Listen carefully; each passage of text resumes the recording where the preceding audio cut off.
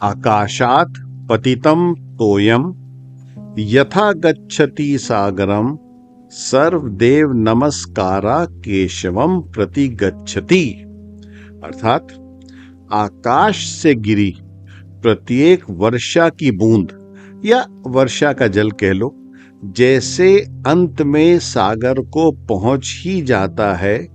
दूसरे शब्दों में कहा जाए प्रभु जी, तो जैसे आकाश से गिरा हुआ जल चाहे नदी के माध्यम से, झरनों के माध्यम से या पहाड़ी नालों के माध्यम से नदी का रूप लेकर अंत तो गत्वा सागर तक पहुंच ही जाता है, ठीक उसी प्रकार किसी भी देवता या अपने किसी भी आराध्य को किया नमस्कार श्री हरि कृष्ण केशव को ही जाता है।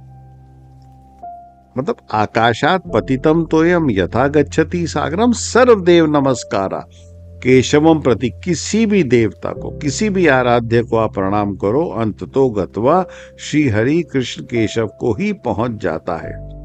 यहां इस बात को हम ठीक से समझ लें तो अच्छा होगा। हमारे भारत में अनेक देवी देवता हैं। हर व्यक्ति अपनी या अपनी कुल की मान्यता अनुसार कुल देवता की पूजा अर्चना करता है।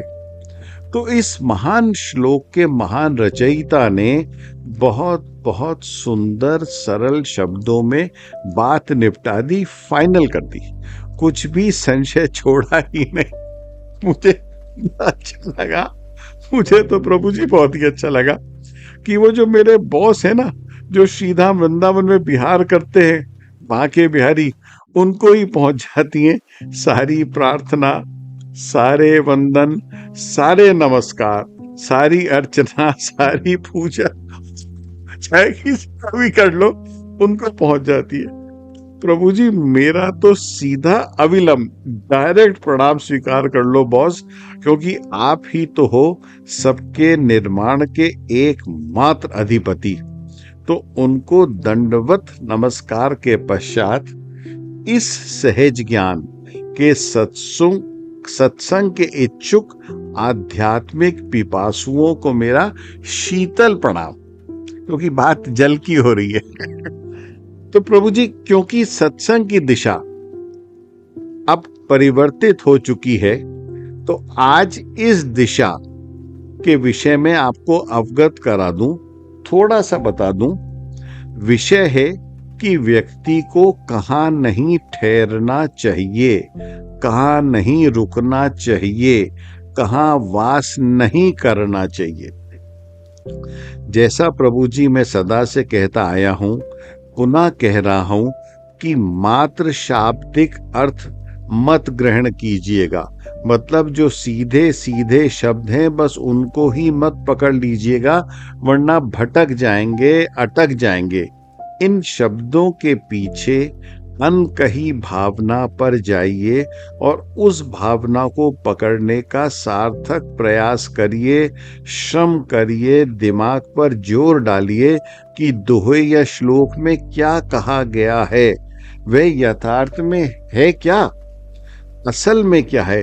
तभी पहुंच पाएंगे भावना पर या महत्वपूर्ण निष्कर्ष पर। वरना क्या होगा प्रभु जी कि जैसा मैं शुरू से कहता हूं कि शरीर पर ध्यान देते हैं, आत्मा पे नहीं।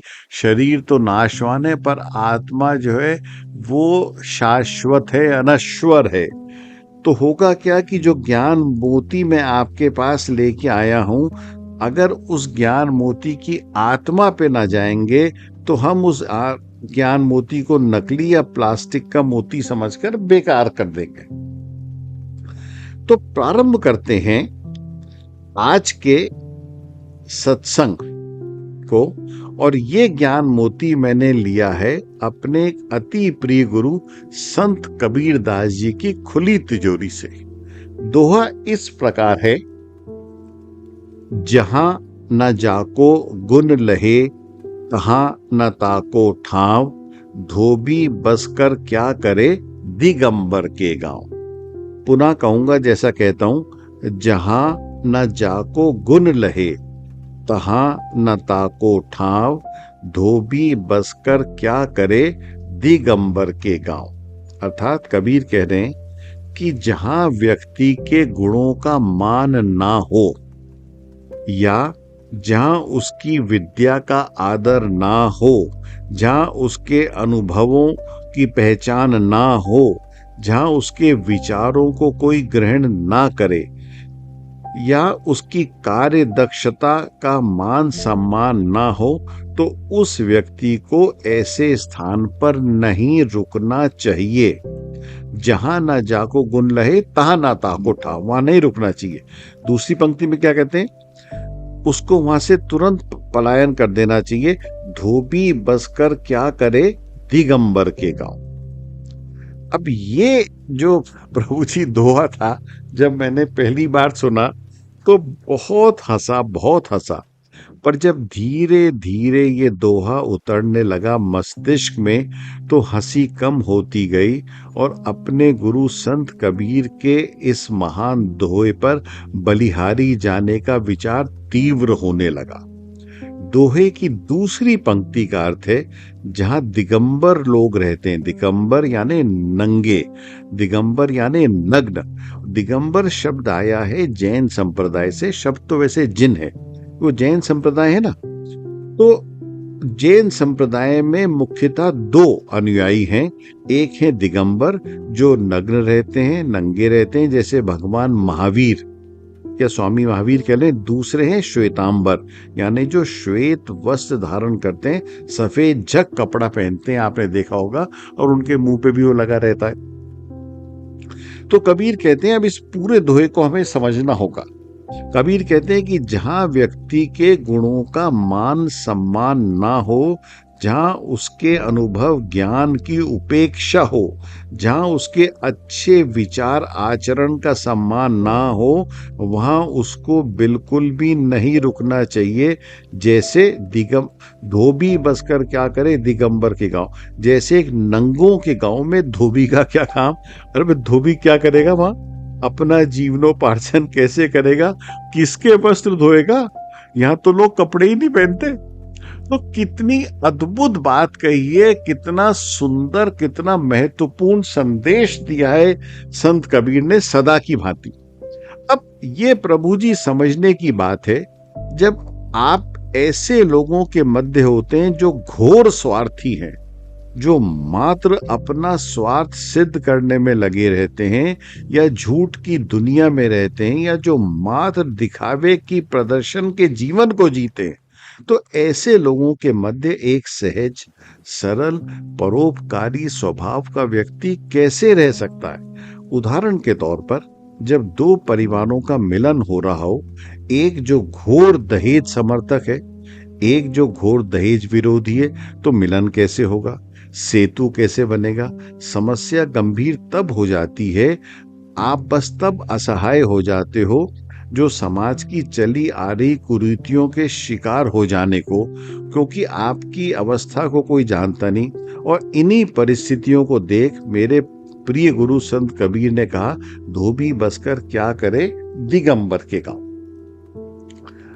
आप दो उदाहरण देना चाहूंगा। एक बहुत ही वैष्णव सात्विक गांव है, जहां पे सब लोग शाकाहारी हैं, जहां सब लोग मेहनत करते हैं, खेती करते हैं और दूध दही घी का सेवन करते हैं, और कोई किसी प्रकार का मद्यपान नहीं करते और शाकाहारी हैं। तो वहां पे अगर कोई व्यक्ति आके एक मांसाहारी का काम शुरू कर दे, आजकल के शब्द है ना, वो चिकन टिक्का, फिश टिक्का, जो भी कुछ ऐसे शब्द हैं, वो ऐसी दुकान खोल ले, तो भैया वो कैसे संभव है? वो रह पाएगा?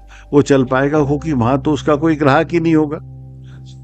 या जहाँ पे सब लोग अपना मांसाहारी हैं, सब जीवन का और चीजों को ग्रहण करते हैं, वहां पे आप पहुंच के एक शुद्ध वैष्णव भोजनालय खोल दो जहां हर घर में मांस खाया जाता हो। अच्छा, मांस खाने वाले या ना खाने वालों से मेरा ये शास्त्रार्थ का विषय ही नहीं है। मेरा विषय है कि एक विशेष श्रेणी जो एक प्रकार का भोजन करती है, तो दूसरा भोजन कैसे ग्रहण कर लेगी? यहां बस एक व्यक्तिगत उदाहरण देना चाहता हूं। और जो व्यक्तिगत उदाहरण दे रहा हूं प्रभु जी, उसके पीछे मात्र भावना ये नहीं है कि मैं सही हूं या दूसरा गलत है। यहाँ दिगंबर का अर्थ ये, दिगंबर मतलब वैसे शाब्दिक अर्थ है नग्न, पर इसका मतलब ये नहीं कि वो अपने विचारों से नंगे हैं, स्वभाव से नंगे हैं या गुणों से नंगे, नहीं। एक एक शब्द है दिगंबर। धोबी, धोबी का अर्थ है जिसका कार्य है कपड़े धोना, उसका प्रोफेशन है, दैट इज हिज प्रोफेशन। तो इसको हम, जैसे मैं हमेशा कहता रहा हूं कि शाब्दिक अर्थ पे मत जाइएगा। एक व्यक्तिगत उदाहरण दे रहा हूं, मैं बहुत सौभाग्यशाली हूं, बहुत से विषयों में और विशेषकर रिश्तों के विषयों में ऐसा परिवार पाया, ऐसे मित्र पाए, ऐसे रिश्तेदार पाए। अच्छा, मेरे जो समधी हैं वो बहुत ही सज्जन है, सहृदय, संवेदनशील है, बड़े परोपकारी व्यक्ति हैं।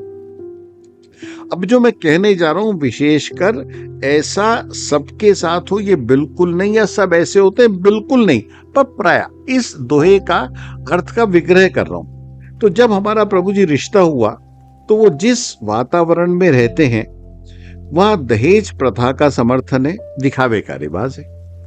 ऐसा नहीं कि कोई जोर जबरदस्ती करता हो कि हाँ, पर यह रिवाज है कि लोग दहेज देते हैं और लोग दहेज स्वीकार करते हैं। जरूरी नहीं कि कोई बदतमीजी करे, कोई ये करे, कोई एक्सटॉर्शनिस्ट हो, पर वहां स्वभाव है, वहां रिवाज है, लोग स्वभाव से देते। हम जिस परिवार में रहते हैं वहां दहेज प्रथा और दिखावे का घोर विरोध है। तो प्रारंभ में तो बहुत समस्या रही, पर एक विशेष समय के लिए मेरे समधी बहुत समस्या में घिर गए जब मैंने विरोध किया कि जब बारात आएगी तो वर पक्ष की मिलनी नहीं होगी। अब वो जहां रहते हैं वहां ये अकल्पनीय है कि मिलनी ना हो। तो मैंने कहा अगर मिलनी होगी तो उसमें धन राशि का आदान प्रदान नहीं होना चाहिए। भाई मिलनी हो तो परिचय दो, सब लोग गले मिल लें। पर मुझे ऐसा लगता है क्योंकि ये भी कुछ ना कुछ स्वीकार करने का एक माध्यम है, शायद इसीलिए मिलनी हुआ करती थी। तो भाई आप मिलनी करो। तो जब वो बहुत उन्होंने मुझसे कहा कि साहब कुछ देने का रिवाज है, तो मैंने कहा एक तुलसी की कंठी दे दो। मतलब ठीक है, एक तुलसी कंठी पे कोई जरूरत थोड़ी कि हम हर चीज को धन राशि पे लेके आए। पर वो बेचारे जिस समाज में रहते हैं वो काफी हद तक दिगंबरों का गांव। अच्छा, उनके लिए बड़ी अटपटी बात थी। अब मेरी मान्यता कुछ और थी। पर जो सबसे अच्छी बात हुई, जब मेरे समधी के पुत्र का विवाह हुआ तो उन्होंने भी दिगंबरों की वो प्रथा त्याग दी, वो भी धोबी हो।